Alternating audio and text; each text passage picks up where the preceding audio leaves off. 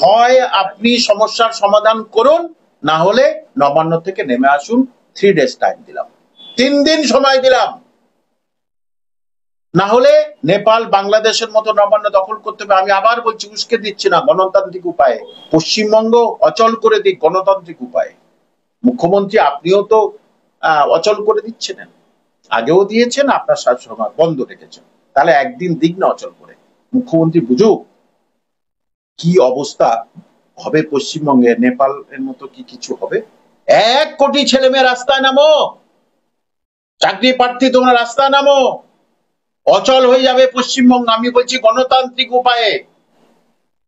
মমতা ব্যানার্জি যতই যা করুক, ওনার দিন ঘনিয়ে এসেছে, আর বেশি দেরি নেই। ওনার বাঁচার রাস্তা ওনার এবারে খুঁজতে হবে। পেলেন কোন দেশে পালাবেন সেটা ওনাকে দেখতে হবে। নেপাল এর জেনজি খেপে গেছে, নেপালের যেমন জেনজি, এখানকার যুবক জিরা থেকে খেপে গেছে।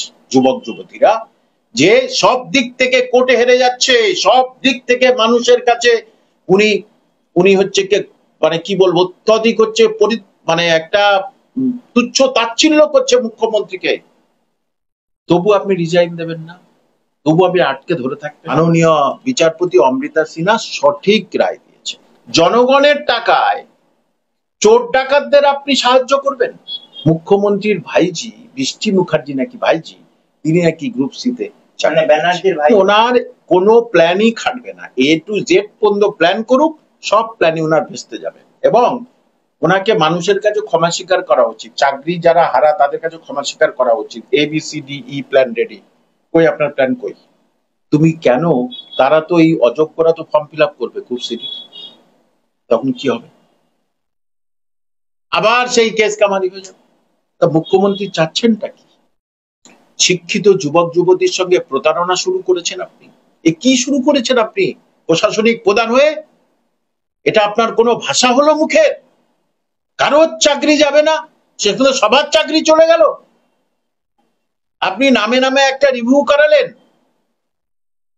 তাহলে আজকে যোগ্যরা পথে অযোগ্যরা পথে, ঠিক আছে, যারা চোর ডাকাত, যারা ক্রেতা তারা পথে, বিক্রেতারা কি হলো? চন্দ্রনাথ সিনহাকে ধরেছে, ধরে তাকে 159 জনের কাছ থেকে টাকা নিয়েছে, সে 8 লক্ষ টাকা করে, 12 কোটি 72 লক্ষ টাকা নিয়েছে, হিসেব দেখাতে পারি। কেন? চন্দ্রনাথ সিনহার হয়ে কিছু বলুন, ওই টাকাটা কোথায় পেয়েছে? এই টাকা যে কত রকম চন্দ্রনাথ সিংহের মাথার উপরে গেছে না, সেই মাথাটা আমরা দেখতে চাই। মানুষ সেই মাথাটাকে দেখতে চায়। ঠিক বিচার যেখানেই যাবে এই একই রায় পাবে। সুপ্রিম কোর্ট তাদের পরিষ্কার করে বলে দিয়েছে যে এরা দাগী নয়, মারাত্মকভাবে দাগী। যদিও তার ভিতরে অনেক যোগ্য আছে, সেটা স্কুল সার্ভিস কমিশন যোগ্যদের আলাদা করতে পারেনি। তাহলে তাদের 12% হারে সুদ সহ টাকা আদায় করার পরিবর্তে তাদেরকে জামাই আদরের মতো টাকা দেওয়া হচ্ছে, 20 আর 25,000। মগের মুল্লুক নাকি পেয়েছেন মাননীয় মুখ্যমন্ত্রী আপনি? পশ্চিমবঙ্গটাকে কি আপনি মগের মুল্লুক পেয়েছেন? আমাদের টাকা, মানুষের টাকা, সেইটা নিয়ে আপনি এইরকম তাদেরকে দেবেন যারা অযোগ্য এবং যারা চিহ্নিত অযোগ্য, যারা চোর ডাকাত। কেন দেবেন? সুপ্রিম কোর্ট অর্ডার দিয়েছে। অদ্ভুত এক মুখ্যমন্ত্রী রাজত্বে আমরা বাস করছি। এদিকে রাজ্যে পরিযায়ী শ্রমিকরা চলে, তাদের 5,000 টাকা, পরিযায়ী শ্রমিকদের 10,000 টাকা দিন, অন্তত চলবে। প্রান্তিক যে সমস্ত মানুষ তারা অনেকে খেতে পাচ্ছে না, তাদেরকে দিন। এই মুখ্যমন্ত্রী কি চান? এই মুখ্যমন্ত্রী কি মানুষের মঙ্গল চান? যদি মানুষের মঙ্গল চান তাহলে অযোগ্যদের অত সাপোর্ট করছেন কিভাবে? এবং মাননীয় বিচারপতি অমৃতা সিনহা সঠিক রায় দিয়েছে। এবার ভাতা বন্ধ হলো, এবার আপনি যেটা বললেন 12% হারে, সুদের হারে টাকাটা ফেরত নিতে হবে, সেই প্রক্রিয়া কি তাহলে এবার শুরু হবে, নাকি সেটাও 2026 সালের জানুয়ারি অবধি বন্ধ থাকবে, যতদিন না? দেখুন, ওটার সঙ্গে এটার কোনো তো সম্পর্ক নেই। উনি তো 12% সুদের সঙ্গে কোনো সম্পর্ক নেই একদম। তাহলে উনি ওটা শুনুন, সবচেয়ে বড় জিনিস পাঠক বন্ধুদের জানাচ্ছি, টেকনিক্যাল দিকটা আমি বলছি। সেপ্টেম্বর গ্রুপ সিডির ফর্ম ফিল আপ হওয়ার কথা ছিল, এখনো পর্যন্ত হয়নি। কেন? গ্রুপ সিডির অযোগ্যদের লিস্ট বার করে। তার প্রধান কারণ কি হতে পারে?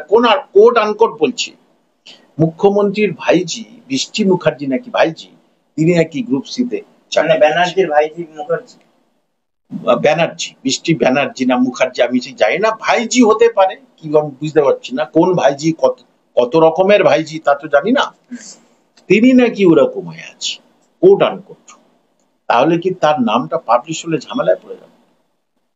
তাহলে তুমি কেন, তারা তো এই অযোগ্যরা তো ফর্ম ফিল আপ করবে গ্রুপ সিটি, তখন কি হবে? আবার সেই কেস কামারি হয়ে যাবে। তা মুখ্যমন্ত্রী চাচ্ছেনটা কি?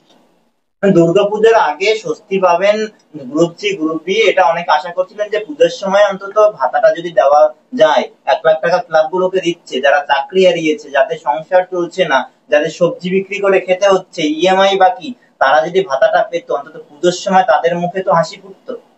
এটা তৃণমূল কংগ্রেসের দালালদের কথা হচ্ছে। যে প্রশ্নটা করলেন তৃণমূল কংগ্রেস দালালরাই প্রশ্নটা করে, এটা তৃণমূল সমর্থকরাই বলছে। সেই বললাম তো, যারা ওই করে কমে খায়। কারণ একটা দেখুন, যে সুপ্রিম কোর্ট বারবার বলেছে তুমি কিন্তু আলাদা করে দাও, তাহলে আমি কিন্তু তোমাদের যোগ্যদের চাকরি থাকবে, করেছে, করেনি। অনেক পরে আলাদা করলো কাদের? টিচারদের আলাদা করো, গ্রুপ সিডি তুমি আলাদা করে দাও, দেরি করছো কেন? আলাদা করে দাও, কিন্তু সবার চাকরি তো চলে গেছে, আর আলাদা করার কিছু নেই। সুতরাং ওনার কোনো প্ল্যানই খাটবে না, এ টু জেড পর্যন্ত প্ল্যান করুক, সব প্ল্যানই ওনার ভেস্তে যাবে। এবং ওনাকে মানুষের কাছে ক্ষমা স্বীকার করা উচিত, চাকরি যারা হারা তাদের কাছে ক্ষমা স্বীকার করা উচিত। ABCDE প্ল্যান রেডি, কই আপনার প্ল্যান কই? আপনি তো জেএনজি হয়ে যাবে, এখানে নেপাল হয়ে যাবে, উস্কে দিচ্ছেন। না, এটা উস্কে দেওয়ার কথা নয়। পশ্চিমবঙ্গে দেখুন, নেপালে যা ঘটেছে তার থেকে অনেক বেশি ঘটেছে পশ্চিমবঙ্গে। উনি পশ্চিমবঙ্গের অঙ্গরাজ্যের কোন মুখ্যমন্ত্রী বললেন আমি সারা রাত জেগেছিলাম? কেন আপনি বলতে গেলেন? এটা তো রাষ্ট্র টু রাষ্ট্র কথা হবে, রাষ্ট্র স্টেটমেন্ট দেবে, আপনি কে স্টেটমেন্ট দেওয়ার? তার মানে ভয়টা কি আপনার বেশি ধরেছে? মনে হয় বেশি ভয়টা ধরেছে। ওখানে জমি কেলেঙ্কারি, এখানে জমি কেলেঙ্কারি, ওখানে জমি দালাল, এখানে জমি দালাল, ওখানে চাকরি নাই, এখানে চাকরি নাই, চাকরি হলেও সেটা বিগড়ে যাচ্ছে। ওখানে যারা শাসক দলের লিডারদের ফুলে ফেপে উঠেছে, এখানে শাসক দলের লিডার তারাও ফুলে ফেপে উঠেছে, তাহলে একই তো। সুতরাং শুধু সময়ের অপেক্ষা। সেই আবহে আমরা দেখলাম সুমন বিশ্বাসরা তারা আবারও এসএসসি দপ্তর অভিযানের ডাক দিয়েছেন, সমস্ত মানুষকে, সমস্ত দলের মানুষকে তারা একসঙ্গে রাস্তায় বের হওয়ার জন্য অনুরোধ জানিয়েছেন। সুমন ঠিক কথা বলেছে, আমার সঙ্গে ব্যক্তিগত সম্পর্ক।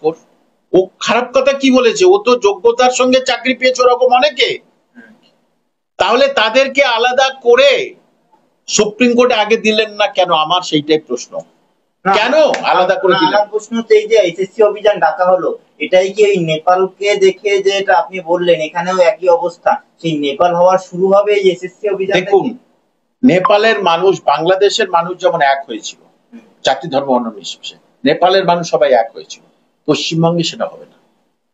আর সেইটাই মমতা ব্যানার্জির মুখে হাসি ফোটাবে।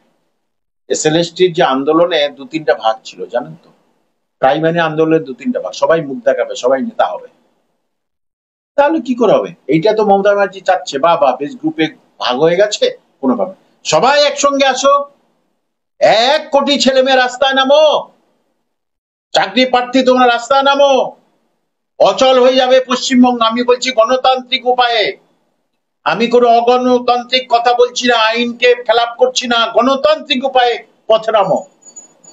আমাদের হকটা আপনি মারছেন কেন? এটাই হচ্ছে প্রশ্ন থাকবে আমার মতো এক শিক্ষকের। আমার কাছে যেটা আছে আমার নিজের বানানো নয়, কলকাতা গেজেট, পশ্চিমবঙ্গ সরকার গেজেট পাস করেছিল, সেই গেজেটের 2 নম্বর পাতায় কে নম্বরে কি বলছে পাঠক বন্ধুর উদ্দেশ্যে বলছি। ব্রাত্য বসু বলল এটা আমি জানি না, নম্বরটা আগে যোগ হবে না পরে হবে, চেয়ারম্যান বলবে, চেয়ারম্যান পুরো ভুল উত্তর বলে দিলেন। আগে যোগ হবে। গেজেটে কোথায় বলেছেন? গেজেটে রিটেনে একেবারেই বলেনি। রিটেন যে ইন্টারভিউ যা কারা কল পাবে, written test and academic score দুটো মিলেই হবে। আমার কথা না, কে নম্বর তাকে বলেছে রিটেন টেস্ট, 60 নম্বর রিটেন টেস্ট আর একাডেমিক স্কোর দুটো যোগ হবে, হয়ে ফর ফাইনাল ভ্যাকান্সিস এর জন্য তাদের ডাকা হবে, তাদের মেরিট লিস্ট করা হবে। মেরিট লিস্টে কি কি হবে? ওরাল ইন্টারভিউ 10 নম্বর, লেকচার ডেমনস্ট্রেশন 10 নম্বর, প্রায়র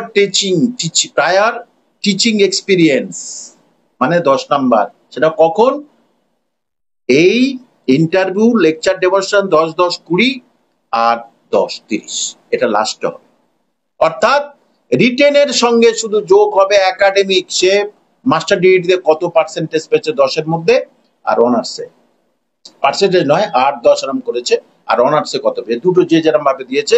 সেখানে কোনো সময়ের জন্য বলেনি প্রেয়ার টিচিং এক্সপিরিয়েন্স যোগ হবে। তাহলে চেয়ারম্যান আপনি কোথা থেকে বললেন? নিজে চেয়ারম্যান নিজে জানেন না? স্কুল সার্ভিস কমিশন চেয়ারম্যানের কলঙ্ক আপনি। চিত্তরঞ্জন মন্ডল দেখিয়ে দিয়েছে কাকে চেয়ারম্যান বলে। তাহলে ব্রাত্য বসু আপনিও জানেন না, শিক্ষামন্ত্রী হয়েছেন, কখন 10 নম্বর যোগ হবে? তাহলে যারা আন্দোলন নেমেছে তাদের আন্দোলন বৈধ, তারা ঠিকভাবে আন্দোলন করছে, পরিষ্কার। আমি ছাত্র ছাত্রীদের বলবো, চাকরি পরীক্ষার্থীরা এক হয়ে যান, ইগোর লড়াই আপনি থাকবেন না। আমি তো নিজেই কয়েকটা ওদের প্রোগ্রামে গিয়েছি, গিয়ে দেখলাম ইগোর লড়াই। অনেকে এই কামাল হোসেন এসছে না, কামাল হোসেনের সঙ্গে কথা বলবো না, অনেকে আবার আমাকে টেনে নিচ্ছে, সুমন আমাকে টেনে নিল। এই মাদ্রাসার যে যারা তারা আমাকে গত পরশুদিন ডেকেছিল, পরশুদিন তাদের আন্দোলনে আমি গেছিলাম। আবার অনেকে তারা মনে করছে না আমরা নিজেরাই মুখ দেখাবো। আমরা মুখ দেখাতে চাচ্ছি না, আর মুখ দেখি, কিন্তু কাজের কাজটা কি হবে? পুরো পশ্চিমবঙ্গ অচল করে দিক গণতান্ত্রিক উপায়ে। মুখ্যমন্ত্রী আপনিও তো অচল করে দিচ্ছেন, আগেও দিয়েছেন, আপনার শাসনভার বন্ধ রেখেছেন। তাহলে একদিন দিক না অচল করে, মুখ্যমন্ত্রী বুঝুক কি অবস্থা হবে পশ্চিমবঙ্গে। নেপাল এর মতো কি কিছু হবে? মানে কিভাবে অচল করবে? সবাই এক না হলে হবে না। প্রাইমারি, আপার প্রাইমারি বঞ্চিত, এসএলএসটি বঞ্চিত, মাদ্রাসার বঞ্চিতরা সব এক না হলে, পিএসসির বঞ্চিত, পুলিশের বঞ্চিত, এক না হলে কিন্তু এই জেনজিরের কিছু ধারে পাশে আসবে না। না, আমি বলছি সবাই এক হয়ে রাস্তায় নামলো, রাস্তায় নেমে আন্দোলন একটাই, কিভাবে অচল? হয় আপনি সমস্যার সমাধান করুন, না হলে নবান্ন থেকে নেমে আসুন। 3 days টাইম দিলাম, 3 দিন সময় দিলাম, না হলে নেপাল বাংলাদেশের মতো নবান্ন দখল করতে হবে। আমি আবার বলছি, উস্কে দিচ্ছি না, গণতান্ত্রিক উপায়ে। একজন ছাত্র, একজন শিক্ষক মহাশয়, একজন যুবক ছাত্রছাত্রীরা, হায়ার শিক্ষিত ছেলে মেয়েদের মনের কথাটা কামাল হোসেন ছাড়া কেউ বোঝে না পশ্চিমবঙ্গে। না, আপনি রাস্তায় নামবে, 3 দিনে সময় দেবে যে আমাদের দাবি পূরণ করো, নইলে মমতা বন্দ্যোপাধ্যায়কে গদি ছাড়তে হবে, নইলে নবান্ন দখল। নিশ্চয়ই নিশ্চয়ই একটা সমাধান তুমি করো। সমাধান না করে তুমি ওখানে বসে থাকবে? তুমি চোর চিটিংবাজদের টাকা দেবে? হ্যাঁ, যারা স্ট্যাম্প অযোগ্য তাতে তুমি টাকা দেবে? মেনে নেওয়া যায় না এটা। এটাই চাই যুবক যুবতীদের কাছ থেকে। কামাল হোসেনের এটাই হচ্ছে বার্তা, তারা যেন এটাই করে, এবং আমি তাদের পাশে আছি, তাদের আমি সাহায্য করব, গণতান্ত্রিক উপায়ে সাহায্য করব। মানে অপ্রশাসনিক ভাবে নয়, কোর্টের অর্ডার নিয়ে, কোর্টের পারমিশন নিয়ে তারা করুক, আমি তাদের পাশে আছি। আন্দোলনে তো পারমিশনের প্রয়োজন হয় না, সংবিধান আন্দোলনের অনুমতি দিয়েছে, গণতান্ত্রিক উপায়ে তারা করবে। একদম। কিন্তু আপনি যেটা বললেন নবান্ন দখল করা, মানে এর থেকে কি বোঝাতে চাইছেন? নবান্ন, আমরা দেখেছি নেপালের কথা, আপনি সমস্যার সমাধান করতে পারছেন না, আপনি থাকবেন কোন অধিকারে? আপনি মাদ্রাসা শিক্ষামন্ত্রী, মাদ্রাসার কি সমাধান করেছেন? আপনি অবাক হয়ে যাবেন, নবম দশমের রেজাল্ট বার করছে দুটো, বাংলার ইংরাজির, 8টা বার করেনি। নবম দশম এসএলএসটি, হ্যাঁ আচ্ছা, 11-12 হচ্ছে কি 11টা বাদ রেজাল্ট। মাদ্রাসা এসএলএসটি রেজাল্ট, এটা ছেলে খেলা নয়। এটা আমি কামাল হোসেন জানি। মাদ্রাসার ক্ষেত্রে আর একটু ডিটেইলসে যদি বলতেন যে কি ব্যাপারটা চলছে। দেখুন, মাদ্রাসা গ্রুপ ডি 14 বছর রেজাল্ট বার হয়নি, সেটা চেপে আছে। 3 বছর পরে এই নবম দশমের বাংলার ইংরাজি রেজাল্ট বার হলো। নবম দশমের 8টা রেজাল্ট বার হয়নি। কোনো ভারতবর্ষে কোনোদিন হয়েছে? 8টা সাবজেক্ট রেজাল্ট বার হয়নি। একাদশ দ্বাদশকে 11টা রেজাল্ট দেয়নি এখনো। তাই এটা কোনো কারণ হয়?